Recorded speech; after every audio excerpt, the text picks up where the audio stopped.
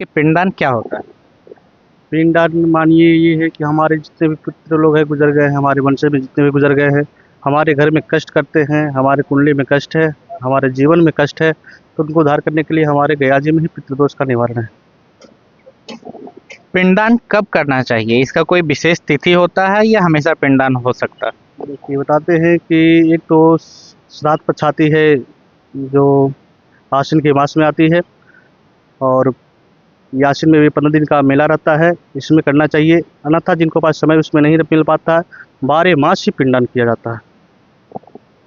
इस बार का जो पितृपक्ष मेला लग रहा है वो कब से कब तक लगेगा?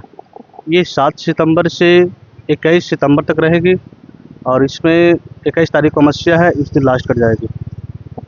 अच्छा, पितृदोष क्या होता है? पितृदोष मानिए कि जैसे छोटे बच्चे मर गए, कोई अकाल मृत्यु मर गए, किन्हीं का घर में बच्चा रहा, वो स्त्री डेड कर गई, उन लोग से अकाल मृत्यु का लगने से उसको घर में पितृदोष लग जाती है।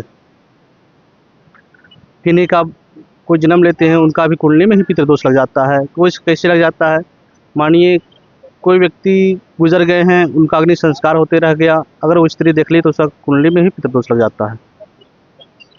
तो ये जो पितृदोष लग जाता है तो इसका निवारण क्या है? देखिए पितृदोष के लिए त्रिपिंडी श्राद्ध है, जिसका कुंडली में पितृदोष लगा उसके लिए त्रिपिंडी श्राद्ध ही करना चाहिए, और जो अपने सर पितरों के नाम से पिंडदान करना चाहते हैं वो पिंडदान ही करे।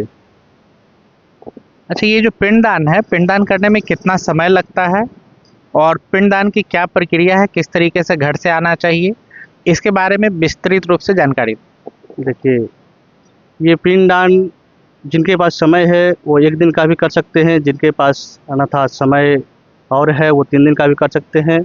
एक पार्वन श्राद्ध होती है, उस 17 दिन का भी पिंडदान कर सकते हैं। 1 दिन का क्रिया करने से आपको 3 घंटा का समय लगता है जी। और एक दिन का जो करते हैं तो कहाँ कहाँ पे पूजा होता है, कितना समय लगता है और किस तरीके से, किस विधि से घर से आना चाहिए, इसके बारे में भी थोड़ी जानकारी। जो 1 दिन का पूजा करते हैं वो 3 स्थान का ही पूजा करते हैं। प्रथम स्थान फल्गु नदी का, दूसरा विष्णुपद, तीसरा बर का पेड़ अक्षयवट जिनको बोलते हैं, वहाँ करना चाहिए। इसके बाद घर से आने वक्त अपना पितरों को वाहन करके सुपारी, पान का पत्ता, लौंग, इलायची, एक नारियल, चावल, घर का मट्टी लेके आना पड़ता है। अपने सब पितरों को अपने घर में घुमा करके वाहन करके गया जी लेके आते हैं। अच्छा, जो किराए पे रहते हैं तो वो किस तरीके से अपने घर की मिट्टी लेके आएंगे, किस तरीके से पितृवाहन करेंगे, या उनको ऐसे ही आ जाना है? जैसे वो घर से अगर उनको उपस्थित हो जाते हैं कि अपना घर से मट्टी मंगा सकते हैं तो मंगा लेंगे, अगर अन्यथा नहीं मंगा पाते तो उनके घर में तुलसी का वृक्ष होगा, तुलसी का वृक्ष से थोड़ा सा मट्टी उठा करके लेके आएंगे। लेकिन पितृवाहन करके आना है। पितृवाहन करके ही आना है।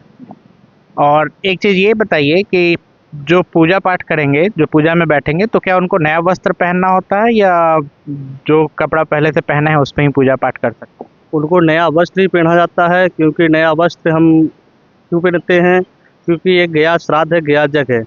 अगर हम इसमें जूठा पहन के वस्त्र करते हैं, मानिए कोई पुराना वस्त्र, तो वो जूठा रहता है। और यहाँ भगवान विष्णु नारायण का है, भगवान विष्णु जी वैष्णवी हैं, तो यहाँ नया ही वस्त्र पहन के पूजा करें। जो वस्त्र पहन के पूजा करेंगे वो वस्त्र को ही त्यागना पड़ जाता है।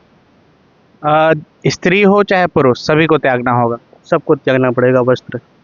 पूरा वस्त्र त्यागना जी जी, पूरा वस्त्र, क्योंकि ये एक श्राद्ध क्रिया है। श्राद्ध करने के बाद कहा जाता है कि वस्त्र को यहाँ से कोई सामग्री को नहीं ले जाया जाता है घर, वस्त्र को ले जाते हैं। हमने यहाँ गया जी में आते हैं जब अपना पितरों का पिंडदान करने के लिए, यहाँ इस करने से हमारे सर पितरों का उद्धार हो जाता है। जिनको मोक्ष नहीं मिलता उनको मोक्ष की प्राप्ति हो जाता है।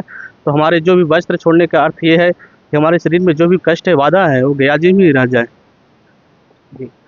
एक चीज़ और सवाल है कि जैसे जिनके घर में अकाल मृत्यु हुई है तो क्या वो एक दिन का पिंडदान करते हैं तो उनके घर की जो अकाल मृत्यु है वो भी समाप्त हो जाएगी, मतलब पितृदोष हट जाएगा? जैसे कि कुछ लोग 1 दिन का करते हैं, 3 दिन का करते हैं, तो 3 दिन में अधिक स्थानों पे करते हैं, लेकिन 1 दिन का करते हैं तो 3 ही स्थान पे करते हैं।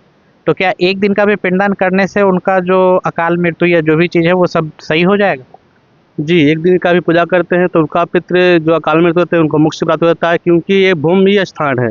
यहाँ मात्र चरण रखने से उनको मोक्ष मिल जाता है। अगर वो व्यक्ति चले आए अपना पितरों के नाम से, मात्र जल भी यहाँ दे दे तो उनको भी मोक्ष मिल जाता है। तो 1 दिन का भी पूजा करेंगे तो उनके लिए बहुत बढ़िया रहेगा, शुभदायक रहेगा, उनको मोक्ष की प्राप्ति हो जाएगी।